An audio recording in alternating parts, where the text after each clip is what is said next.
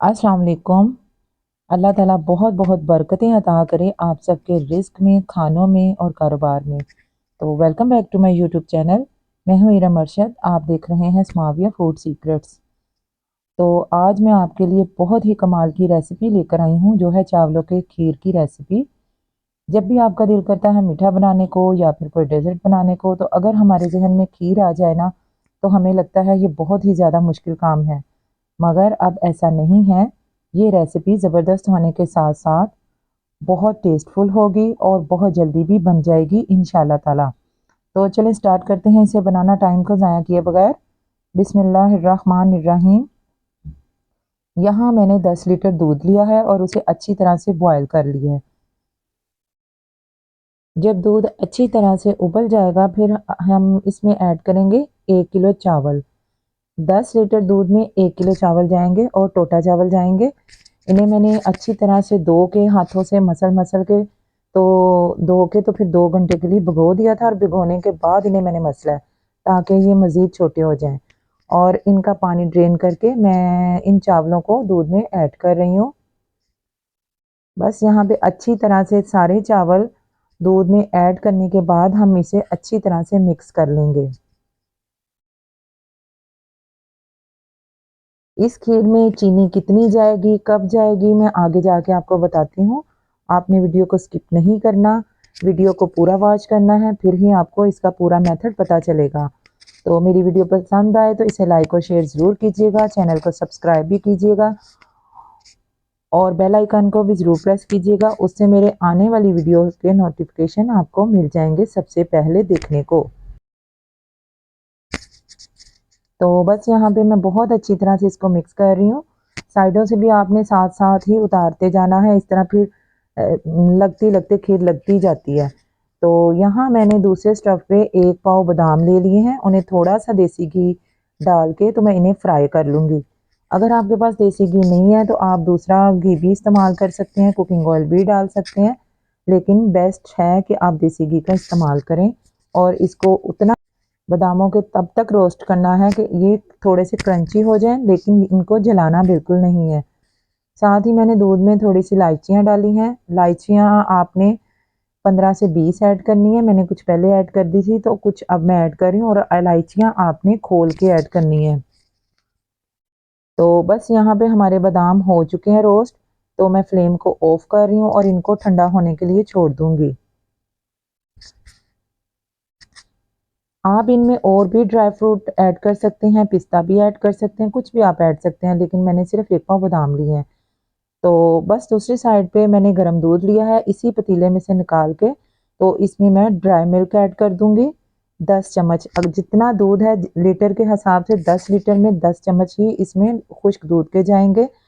तो आपने दूध ठंडा नहीं लेना, वरना इसमें वो गुठलियाँ सी बन जाएंगी। तो आपने गर्म दूध में सूखा दूध ऐड करना है, फिर इससे गुठलियाँ नहीं बनेंगी।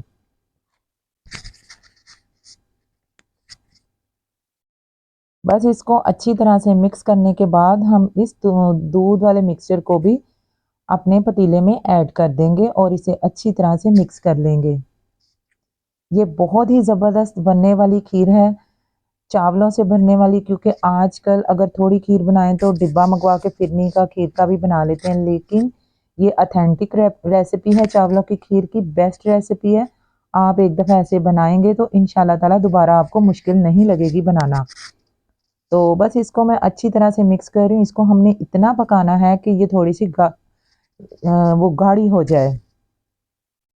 तो अब बादामों को लेके तो मैं इनको ग्राइंडर में थोड़ा सा चॉप कर लूँगी, मोटा मोटा सा। हमने ज़्यादा इसका पेस्ट नहीं बनाना, दरदरा सा इसको पीसना है। तो बस मैं बादाम दरदरे से पीस के इसमें ऐड कर लूँगी।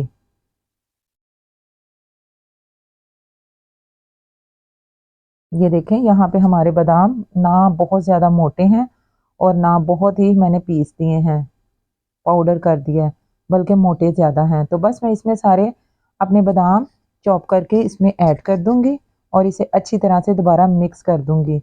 मिक्स आपने बहुत अच्छे से साथ साथ करना है, क्योंकि ये खीर ऐसी चीज़ है कि अगर हम इसे हलाना छोड़ देंगे या इसको हम रख के चले जाएंगे अंदर कि ये खुद ही पकती रहेगी, तो ऐसा नहीं होता। इसको थोड़ी थोड़ी देर के बाद चम्मच इसमें चलाना बहुत ज़रूरी है, नहीं तो ये नीचे लग जाती है। तो बस तकरीबन 5-10 मिनट के बाद मैंने इसको फिर दोबारा से देखा है, तो चावल अभी हमारे नहीं गले, लेकिन खीर थोड़ी सी गाढ़ी हो चुकी है। चावल बस थोड़े से कसर है, अभी गल जाते हैं।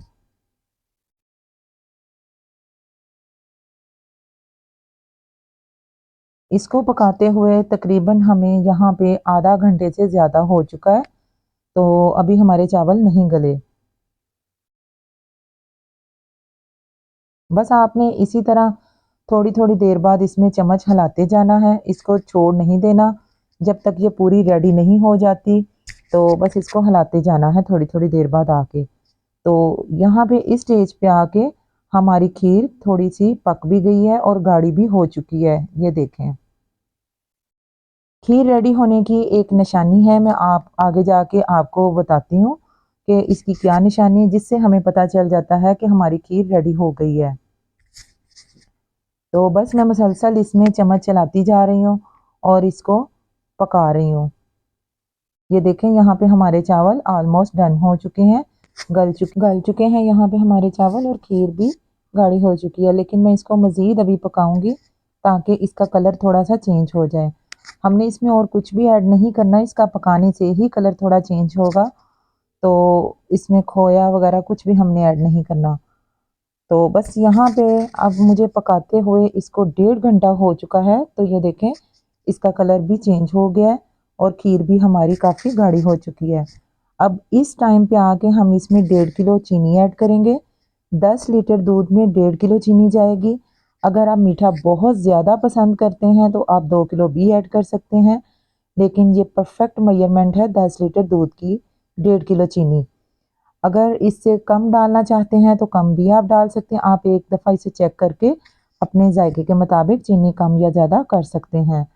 तो ये देखें चीनी डालने के बाद आपने इसको मसलसल हिलाते जाना है, बिल्कुल भी नहीं छोड़ना, क्योंकि चीनी ने पानी छोड़ना है तो इसने फिर से पतला हो जाना है और हमें गाढ़ा होने तक इसको मसलसल चम्मच चलाते जाना। अगर हमने यहाँ पे चम्मच चलाना छोड़ दिया तो हमारी खीर नीचे लग जाएगी, जिससे पूरी खीर में बहुत अजीब सी स्मेल आ जाएगी और वो खाई भी नहीं जाएगी।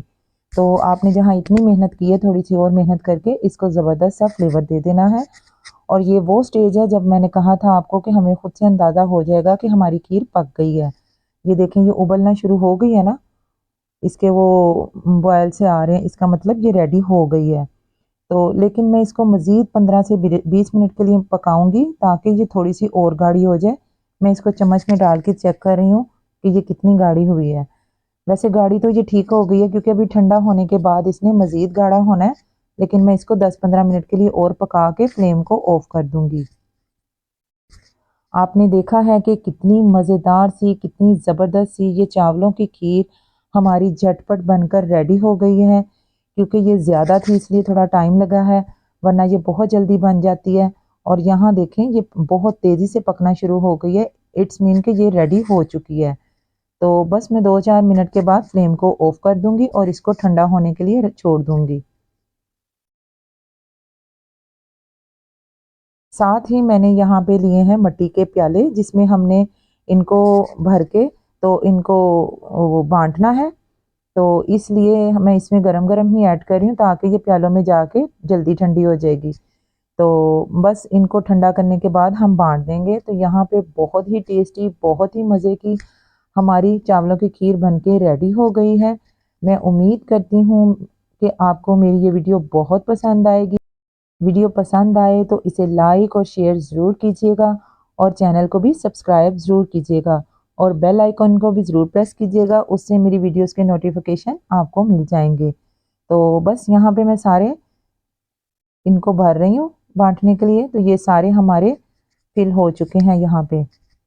तो हमारी ज़बरदस्त सी, टेस्टी सी, बहुत ही झटपट बनने वाली रेसिपी बनकर तैयार हो गई है। ये डेज़र्ट हमारा बनकर रेडी हो चुका है। तो इंशाल्लाह ताला आपको ज़रूर पसंद आएगा। पसंद आए तो मुझे फ़ीडबैक ज़रूर दीजिएगा। तो चलें मिलते हैं नेक्स्ट वीडियो में। अपना बहुत सारा ख्याल रखिएगा, मुझे भी दुआओं में याद रखिएगा। इस मुबारक महीने में अल्लाह ताला सबकी दुआएं पूरी करे, आपकी भी पूरी करे, मेरी भी पूरी करे। तो मिलते हैं नेक्स्ट वीडियो में। अपना बहुत सारा ख्याल रखिएगा। तब तक अल्लाह हाफिज़। Thanks for watching.